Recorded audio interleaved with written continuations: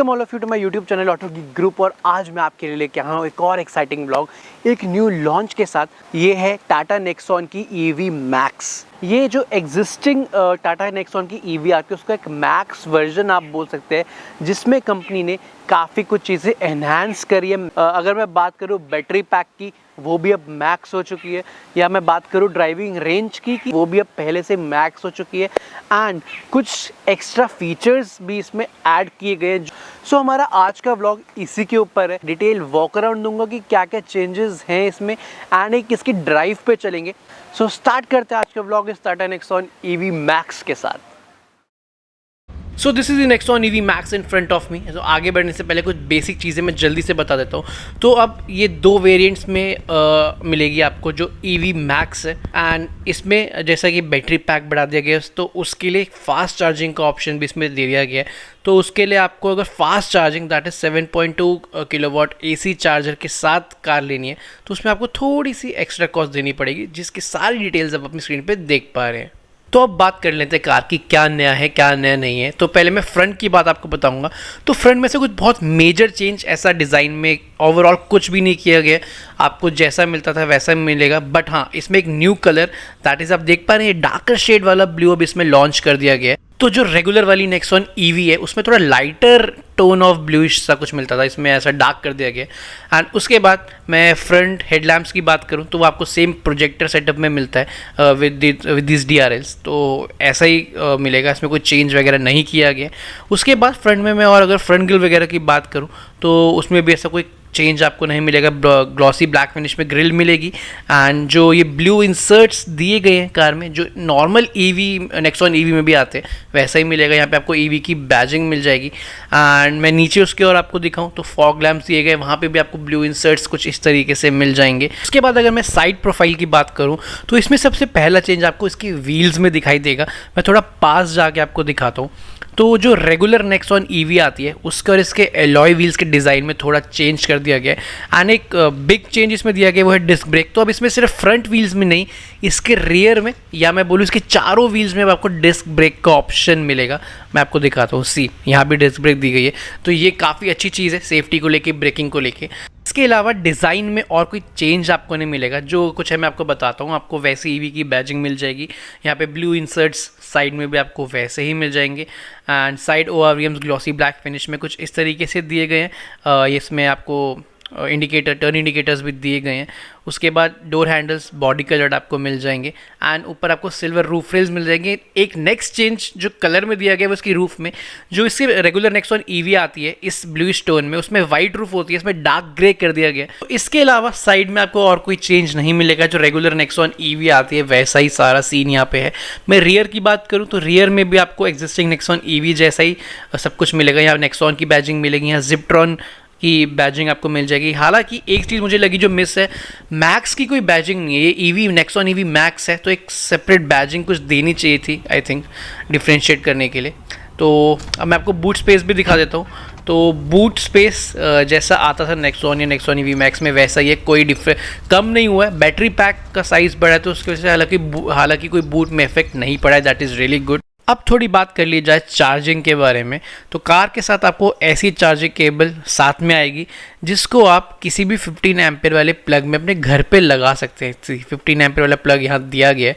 तो ये है चार्जिंग केबल, एंड यहाँ पे जो ऊपर वाला सॉकेट है वो है AC चार्जर के लिए, जो आपको वॉल बॉक्स साथ में मिलेगा कार के। एंड नीचे वाला आप उतारेंगे तो यहाँ पे आप DC फास्ट चार्जर लगा सकते हैं। एंड इस कार को आप 3 तरीके से चार्ज कर सकते हैं। एक तो नॉर्मल 15 एम्पेयर वाले प्लग पॉइंट में, जो आपकी कार 10 से 100% चार्ज करेगी 15 आवर्स में। एंड अब इसमें आपको AC फास्ट चार्जिंग का ऑप्शन दिया गया है, जो आपके घर पे लगा के जाएंगे वॉल बॉक्स। तो वो 7.2 किलोवाट का AC चार्जर होगा, जो आपकी कार को 0 से 100 सिर्फ 6.5 आवर्स में फुल चार्ज कर देगा। एंड अब इसमें 50 किलोवाट DC फास्ट चार्जिंग का ऑप्शन दिया गया, तो उससे आप कार चार्ज कर सकते हैं सिर्फ 56 मिनट्स में 0 से 80%। Coming to the interiors of the car, तो मैं सबसे पहले डोर से स्टार्ट करता हूँ। तो जैसे आप डोर ओपन करोगे, यहाँ पे आपको ब्लैक एंड बेज फिनिश का डोर मिलेगा। एंड एक चीज़ इज़ रियली नाइस, यहाँ पे आपको परफोरेटेड लेदर का यूज़ किया गया विद ट्राई एरो डिज़ाइन, थोड़ा प्रीमियम आपको ज़रूर फील कराएगी। एंड बाकी सब कुछ वैसा ही है जैसे नेक्सॉन ईवी में आता है। स्विचेस की बात करूँ या स्पेस की बात करूँ, हालांकि मुझे काफ़ी पर्सनली अच्छी लगी, काफ़ी बड़ी स्पेस है, फ़ोन रखने के बाद भी काफ़ी जगह है, आप देख सकते हैं। एंड उसके नीचे मैं जो स्पेस की बात करूँ, डोर पॉकेट्स की मैं बात करूँ, तो उसकी स्पेस भी काफ़ी प्रैक्टिकल यहाँ मुझे लगी and it's really nice. And side ORM के कंट्रोल आपको एज यूजुअल यहीं पे मिलते हैं। उसके बाद मैं सीट्स की बात करूँ तो सीट्स भी आपको बेज फिनिश में मिलेगी एंड ये परफोरेटेड लेदर सीट्स है, ठीक है। यहाँ पे आपको काफ़ी कंफर्टेबल सीट्स मिल रही हैं, सच में काफ़ी कंफर्टेबल है। एंड आपको यहाँ पे ट्राई एरो डिज़ाइन के पैटर्न्स काफ़ी जगह देखने को मिलेंगे। And the next thing is ये एक तो हाइट एडजस्टेबल है एंड काजीरंगा एडिशन की तरह इसमें वेंटिलेटेड सीट्स दी गई है, that is really amazing. And मैं डैशबोर्ड की बात करूँ तो उसमें भी कोई आपको खास कुछ मेजर चेंज नहीं मिलेगा, लगभग वैसा ही सब कुछ मिलेगा जैसे नेक्सॉन ईवी में आता है। जो अलग है मैं आपको बता दूंगा अभी साथ साथ। तो मैं सबसे पहले स्टीयरिंग की बात करूं तो आपको वैसा ही रेगुलर नेक्सॉन ईवी जैसा स्टीयरिंग मिलेगा विद यहाँ ब्लू स्टिचिंग दी गई है, ये काफ़ी अच्छा मुझे लगा पर्सनली। एंड जो स्विचेस वगैरह वैसे ही आपको लेफ्ट में मीडिया रिलेटेड स्विचेस मिल जाएंगे एंड राइट साइड में आपको क्रूज कंट्रोल अब दे दिया गया एंड साथ ही साथ इंफोटेनमेंट सिस्टम को कंट्रोल करने के लिए भी यहाँ से आप कंट्रोल करेंगे। एंड डैशबोर्ड में ब्लू इंसर्ट्स या मैं बोलूँ इलेक्ट्रीफाइंग ब्लू के जो इंसर्ट्स दिए गए हैं जो रेगुलर नेक्सॉन ईवी में भी आते हैं वैसे ही आपको मिलेंगे। एंड डैशबोर्ड में आपको एक ग्लॉसी ब्लूइश फिनिश से मिलेगी विद ट्राई एरो डिज़ाइन, ये मुझे काफ़ी अच्छी लगी। अब मैं आता हूँ इंस्ट्रूमेंट क्लस्टर की तरफ। यहाँ पे आपको अभी भी सेम डिज़ाइन का इंस्ट्रूमेंट क्लस्टर मिलेगा, पार्शली एनालॉग स्पीडोमीटर मिलेगा एंड लेफ्ट साइड में पार्शली डिजिटल इंस्ट्रूमेंट क्लस्टर मिलेगा।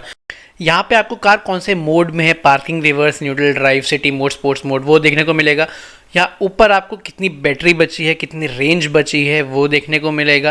एंड उसके नीचे यहाँ पे आपको रीजन लेवल का आइकन मिलेगा। अब आपको इसमें एडजस्टेबल रीजन के लेवल्स दे दिए गए जो पहले नहीं आते थे, अब वो इसमें दे दिए गए। अब वो कंट्रोल कहाँ से होते हैं, वो कंट्रोल होंगे यहाँ से आप रीजन लेवल कम या ज़्यादा कर सकते हैं। मैं आपको दिखाता हूँ। तो अभी लेवल 1 पे 2 एंड 3 ऐसे आप चेंज कर सकते हैं, मैक्सिमम 3 लेवल्स हैं। एंड यहाँ पे आपको एज यूजुअल ट्रिप मीटर्स ए, ट्रिप मीटर बी और एवरेज वगैरह देखने को मिल जाएगी। नेक्स्ट चेंज आपको यहाँ मिलेगा, तो बिगेस्ट चेंज जो मुझे भी काफ़ी अच्छा लगा वो है जो इसका गियर सिलेक्टर नॉब है ना, वो उसे डिजिटल एंड काफ़ी फ्यूचरिस्टिक कर दिया गया है।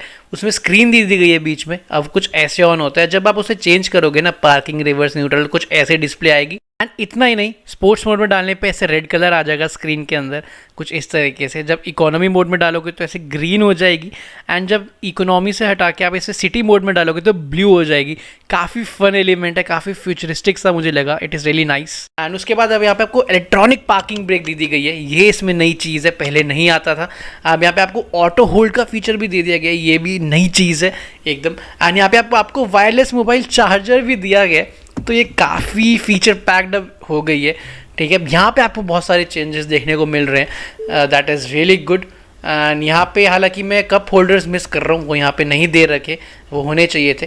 एंड मैं आप आर्मरेस्ट की बात करूँ तो विद डिसेंट स्पेस आपको आर्मरेस्ट मिलेगी एंड काफ़ी अच्छी प्रैक्टिकल स्पेस इसमें दी गई है। उसके बाद एसी कंट्रोल्स की बात करूँ तो वैसे ही है जैसे आते हैं, वैसे ही कुछ दिया गया, कोई चेंज नहीं है। यहाँ पे आपको हिल डिसेंट कंट्रोल का बटन दे रखा है, फॉग लैंप्स के बटन दे रखे हैं, जो चार्जिंग लगाते हैं आप वायर उसको अनलॉक करने का बटन दे रखा है। यहाँ पे आपको डोर लॉक, अनलॉक और बूट ओपनिंग का बटन, फिजिकल बटन्स दे रखे हैं। एंड यहाँ पे आपको एक USB पोर्ट मिलेगा, एक 12 वोल्ट का पावर सॉकेट मिलेगा। हालांकि पोजीशनिंग काफ़ी डीप है, एक बार में आप शायद लगाने में मुश्किल हो आपको। यहाँ नेक्सॉन की बैजिंग मिल जाएगी, AC वेंट्स कुछ ऐसे मिलेंगे। एंड इंफोटेनमेंट सिस्टम आपको वही हारमन का जैसे आता है वैसा ही मिलेगा। इसको भी थोड़ा साइज़ में मैक्स कर देना चाहिए था, ये मेरी ओपिनियन है, बट सब कुछ वैसा ही है, कुछ ज़्यादा अलग इसमें नहीं है। एक एक्स्ट्रा फीचर इसमें अब दे दिया गया है, इसमें आपको एयर प्यूरीफायर अब इनबिल्ट दे दिया गया, तो ये इस नेक्सॉन EV मैक्स में फर्स्ट टाइम दिया गया, तो ये अच्छी चीज़ है। एंड यहाँ पे आपको auto dimming rear view mirror मिलता है, ये भी एक अच्छी चीज़ मुझे लगती है। इसके ऊपर कैबिन लैंप्स में दिखाऊं तो वो LED में दे रखे हैं, ये एक अच्छी चीज़ है। सनरूफ के कंट्रोल्स आपको यहाँ मिल जाएंगे, इसमें इलेक्ट्रिक सनरूफ आती है। ये शेड आपको ऐसे मैनुअली करना पड़ता है close, but open he automatic साथ में हो जाता है। इसके बाद एक चीज़ मुझे अच्छी लगी वो है ये ग्लव बॉक्स। ये हालांकि पहले भी आता है, काफ़ी प्रैक्टिकल है, इसमें आपको काफ़ी सारे स्पेसेस दे रखे हैं, पार्टीशन दे रखे हैं। ऊपर यहाँ आप टैबलेट या लैपटॉप कुछ रख सकते हैं, काफ़ी अच्छा बिग स्पेस है इसका। Going to the rear seats, तो रियर सीट्स में भी आपको सेम परफोरेटेड लेदर फिनिश मिलेगी विद ट्राई एरो डिज़ाइन कुछ इस तरीके से। एंड यहाँ पे आपको एडजस्टेबल हेडरेस्ट भी दिए गए हैं। एंड मैं लेग रूम वगैरह की बात करूँ तो वो जैसा नेक्सॉन या नेक्सॉन ईवी में रेगुलर में आता है वैसा ही मिलेगा। साइज़ कार के जो साइज़ वगैरह में कुछ छेड़छाड़ नहीं की गई है।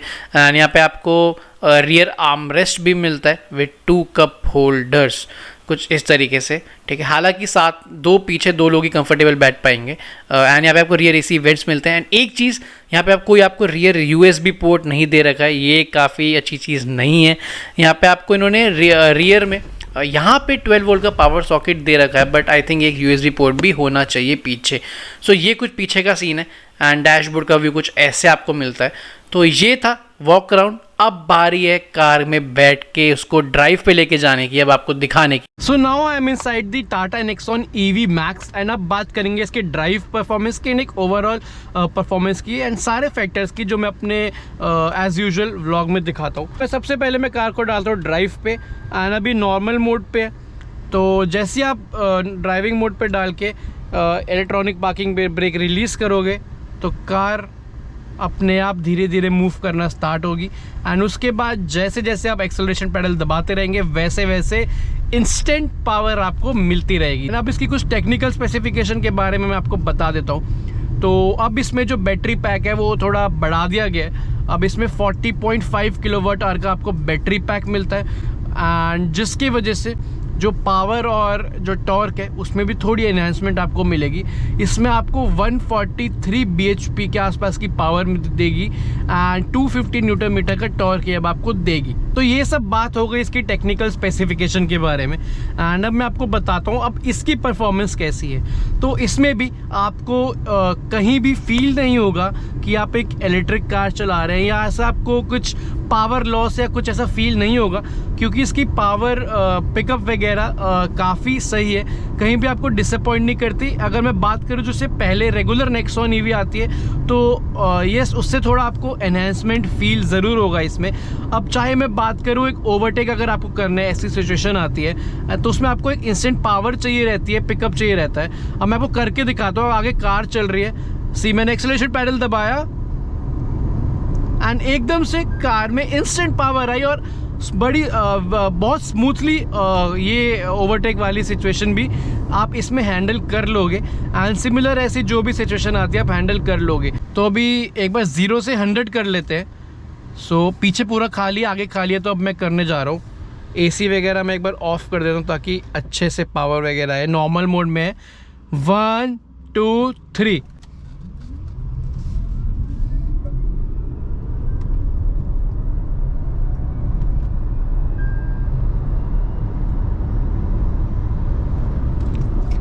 सी। अब एक बार आपको मैं स्पोर्ट्स मोड पे दिखा देता हूँ 0 से 100। Sport drive mode activated. So 1 2 3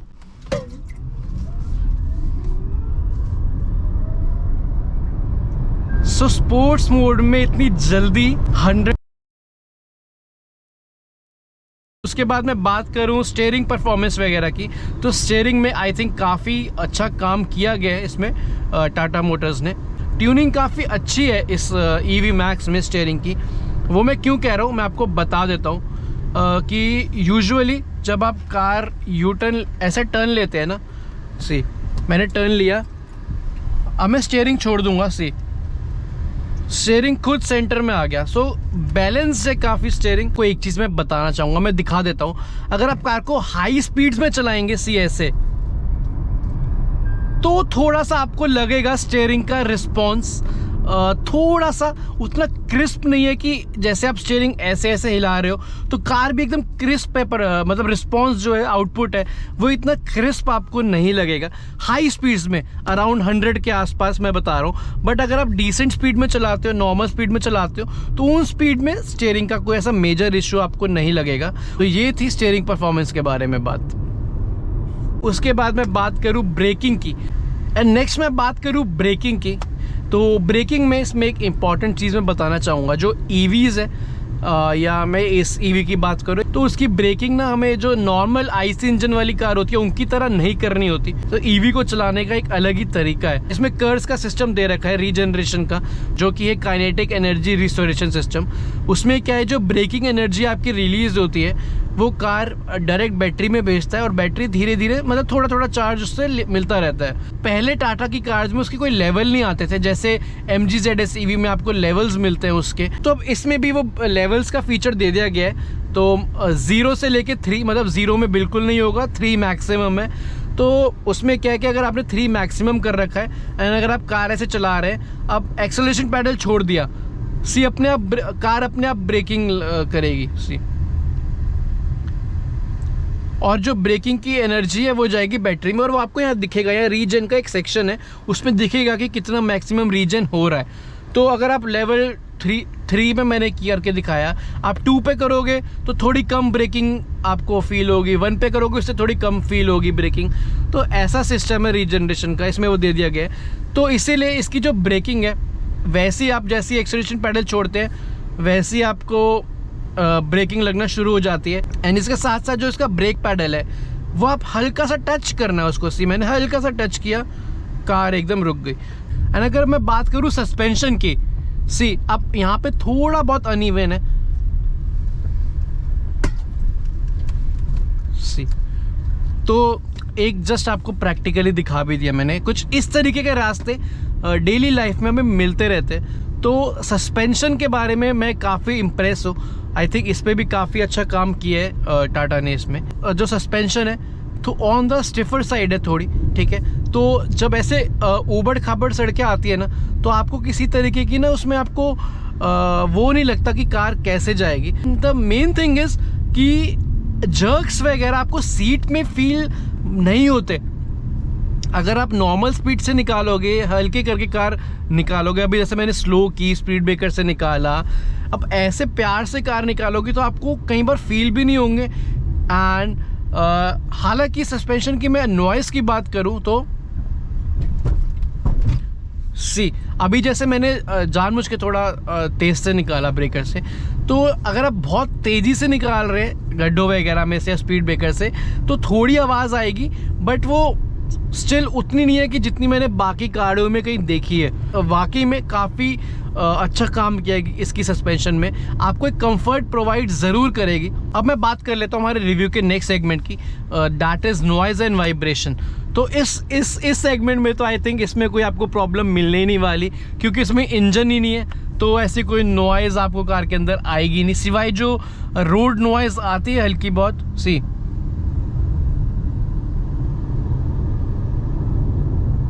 हल्की बहुत ही मिनिमम सी रोड नॉइज़ आपको, जो टायर्स की रोड पे आवाज़ होती है ना, बहुत ही मिनिमम आएगी, ठीक है, ना के बराबर आएगी। एंड बाहर की आवाज़ें हैं कार्स वगैरह की, तो वो भी आपको ऐसी कोई परेशान नहीं करेगी। एंड अंदर जो बाकी नॉइज़ की मैं बात करूँ, इंटीरियर फिट एंड फिनिश या जो इंटीरियर के पार्ट्स में से आवाज़ें आती है डोर पैनल्स वगैरह में से, तो अभी तक तो मुझे ऐसी कोई आवाज़ बिल्कुल भी नहीं आई। एंड इंजन नहीं है इसमें तो किसी तरीके की वाइब्रेशन भी आपको फील नहीं होगी। In short noise and vibration में आपको कोई भी इशू इसमें नहीं मिलने वाला। एंड अगली मैं बात करता हूँ अपने नेक्स्ट सेगमेंट की, that is comfort and convenience. तो कम्फर्ट एंड कन्वीनियंस में इसमें क्या क्या कुछ एनहांस किया गया या नहीं, क्योंकि ये मैक्स वर्जन है।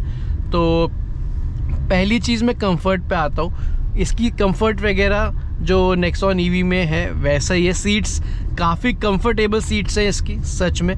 कंफर्ट में मैं रीचेबिलिटी की बात करता हूँ कि सारी चीज़ें आप ड्राइविंग सीट पे बैठे हो, कार चला रहे हो, ठीक है, तो सब चीज़ आपके रीच में है, ठीक है। आपको ऐसा कुछ एक्स्ट्रा एफर्ट नहीं करना पड़ेगा कि आपको आगे होना पड़ रहा है कोई चीज़ एक्सेस करने में। हाँ, बट एक चीज़ है, जो इसका इंफोटेनमेंट सिस्टम है वो थोड़ा सा आपकी रीच से थोड़ा सा बाहर होता है, उसके लिए आपको थोड़ा सा एडजस्ट होना पड़ेगा। एंड एक ये साइड ORVMs का जो कंट्रोल है यहाँ भी ये बहुत आगे दे रखा है वहाँ पे। ये हालांकि मैंने जो पहले जो टाटा की कार्स चलाई है उसमें भी मैंने ये पॉइंट बोला है कि ये जो कंट्रोल है ना, ये आर्म रेस्ट में कहीं दो तो ज़्यादा बेटर होगा। तो इन दो चीज़ों को छोड़ के, जो बहुत मेजर नहीं है मैं बोलूँगा, बट ठीक है, मुझे लगा मैंने बताया। इन 2 पॉइंट को छोड़ के आपको किसी भी तरीके की और कंफर्ट में कोई परेशानी नहीं होने वाली। एंड मैं कन्वीनियंस की बात करूं कि ड्राइविंग करते हुए क्या क्या कन्वीनियंस की चीज़ें आपको इसमें मिलती हैं। सबसे पहली चीज़, अब इसमें आपको वेंटिलेटेड सीट्स मिलती है, तो वो बहुत ही ज़्यादा कन्वीनियंट है। आपको ऑटो हेडलैम्प्स का फीचर दे रखा है। क्रूज कंट्रोल आपको इसमें मिल जाता है। इसमें आपको ऑटोमेटिक रेन सेंसिंग वाइपर्स मिल जाते हैं। एंड एक चीज़ मैं स्पेशल बोलना चाहूँगा, जिसमें वायरलेस मोबाइल चार्जिंग की जो पोजीशन है ना, वो काफ़ी अच्छी है, काफ़ी इजी टू लोकेट है मैं बोलूँगा, क्योंकि यूजुअली ना कई बार यहाँ अंदर जाके दिया होता है, बट ये मुझे पर्सनली अच्छी लगी कि आप आराम से ड्राइव कर रहे हो, आपने यहाँ फ़ोन रखा और कुछ देखना तो यहाँ से उठा लिया, ठीक है, तो काफ़ी अच्छी पोजीशन है। बट हाँ, एक चीज़ है, ये जो वायरलेस चार्जिंग का स्लॉट है ना, ये थोड़ा बड़ा सा है, तो अगर आपका फ़ोन थोड़ा छोटा है इस स्लॉट से, तो ये ड्राइव करते टाइम ना हिलता है और वायरलेस चार्जिंग का भी ऑन ऑफ होती रहती है। तो आई थिंक इसमें कुछ एडजस्टमेंट का चीज़ दी होती ना कि कुछ होता है ऐसा, तो थोड़ा बेटर होता। इसमें आपको अब इलेक्ट्रॉनिक पार्किंग ब्रेक मिलती है, तो कहीं ना कहीं कन्वीनियंस में थोड़ा ये एनहांस करता है आपको आराम से जस्ट इसे प्रेस करना है तो आपकी पार्किंग ब्रेक एडजस्ट हो जाएगी, एंगेज और डिसएंगेज हो जाएगी। एंड ऑटो होल्ड का फीचर इसमें दे दिया गया है। एंड उसके बाद मैं बोलूँ कि 1-2 चीज़ें और इसमें होती तो अच्छा होता, जैसे कि फ्रंट पार्किंग सेंसर्स एंड या फिर ब्लाइंड स्पॉट नोटिफिकेशन, कुछ ऐसी चीज़ें इसमें होती, या wireless Android auto Apple CarPlay, तो कुछ ऐसी चीज़ें इसमें होती तो थोड़ा और वैल्यू फॉर मनी हो जाता। तो कंफर्ट एंड कन्वीनियंस में ये थी मेरी ओपिनियन। इन शॉर्ट मैं बोलूँ, कंफर्ट वगैरह में, कन्वीनियंस में कोई कमी नहीं है, ठीक है, काफ़ी अच्छा कंफर्ट कार आपको देती है, बट कुछ चीज़ें दी होती और कुछ चीज़ें इम्प्रूव होती इसमें, तो और ज़्यादा वो एनहांस हो जाता। सी अब वो फ़ोन मेरा वहाँ रखा हुआ है, वायरलेस चार्जिंग डिसएंगेज हो गया सी अपने आप, क्योंकि फ़ोन थोड़ा सा हिल गया, क्योंकि यहाँ पे जो स्लॉट है वो थोड़ा बड़ा है फ़ोन से, वो फ़ोन आगे पीछे मूव करता रहता है, तो कुछ एडजस्टमेंट वाली चीज़ होना इसमें तो थोड़ी बेटर होगी। इसमें एक चीज़ और मैं आपको बताऊंगा, अभी जैसे आप चल रहे हो इकोनॉमी मोड पे, ठीक है, अगर आपको नॉर्मल मोड पे या स्पोर्ट्स मोड में चलानी है, तो जैसे आप जो मोड सिलेक्ट करोगे ना, वो उस मोड के अकॉर्डिंग वहाँ पे प्रोजेक्टेड रेंज दिखा देगा कि आप इस मोड पे इतनी चलेगी, इस बैटरी के हिसाब से जितनी उस पर लेवल रह रहे हैं। तो अभी इकोनॉमी मोड पे 58% बैटरी है, ठीक है, उसमें 157 किलोमीटर दिखा रहा है रेंज। अब मैं इसे डालूंगा नॉर्मल मोड पे, City Drive Mode activated. तो नॉर्मल मोड में 157 से 151 किलोमीटर हो गया। यही मैं अगर स्पोर्ट्स मोड में डालूं तो Sport Drive Mode activated. तो वो 143 किलोमीटर रेंज हो गई। तो आपको दिखा देगा कि जिसके हिसाब से आप Economy Drive Mode activated. जिसके हिसाब से आप अपने हिसाब से प्लान कर लोगे कि भाई किस हिसाब से मुझे कार चलानी है, तो ये चीज़ इसमें अच्छी है। एंड अब चलते हैं हमारे रिव्यू के लास्ट सेगमेंट में, जो यूजुअली होता है इकोनॉमी। तो अब इसमें हम थोड़ी रेंज इकोनॉमी की बात कर लेते हैं। एंड इसमें स्पेसिफिकली मैं थोड़ा बात करूँगा कि ड्राइविंग कैसे करनी चाहिए, वो सब मैं थोड़ा एक्सप्लेन करूँगा। तो कंपनी क्लेम करती है 437 किलोमीटर्स की रेंज, ठीक है। तो यार जो ये रेंज होती है ना, ये एक स्पेसिफाइड एनवायरनमेंट पे की जाती है, स्पेसिफाइड ड्राइविंग कंडीशंस पे की जाती है। हालांकि मैं कुछ ज़्यादा डिटेल में या ऐसा कुछ आपको नहीं बोलूँगा, क्योंकि अभी डिटेल्ड रेंज टेस्ट तो मैंने भी नहीं किया है, ये अभी फर्स्ट इम्प्रेशंस के लिए मीडिया ड्राइव्स हैं। तो बट हाँ, सुबह से अब तक जो मैं चला रहा हूँ उसके हिसाब से मैं एक आपको बता सकता हूँ कि अराउंड 350 के अराउंड तो ये आपको दे देगी। अगर आप और भी कार आराम से चलाते हो, ठीक है, कुछ ऐसे 40 से 60 के बीच में जैसे अभी मैं चला रहा हूँ, ऐसी कांस्टेंट स्पीड में कार आराम से चलाते हो, सब आपकी ड्राइविंग वे पे डिपेंड करता है। तो आई सजेस्ट आप ईवी चला रहे हो ये या कोई भी ईवी चला रहे हो तो आप आराम से चलाओ।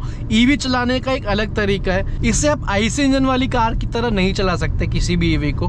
तो अब चलते हैं कंक्लूजन की तरफ, एक वर्डिट की तरफ, या मैं बोलूँ हमारे व्लॉग के एंड की तरफ। So here it goes.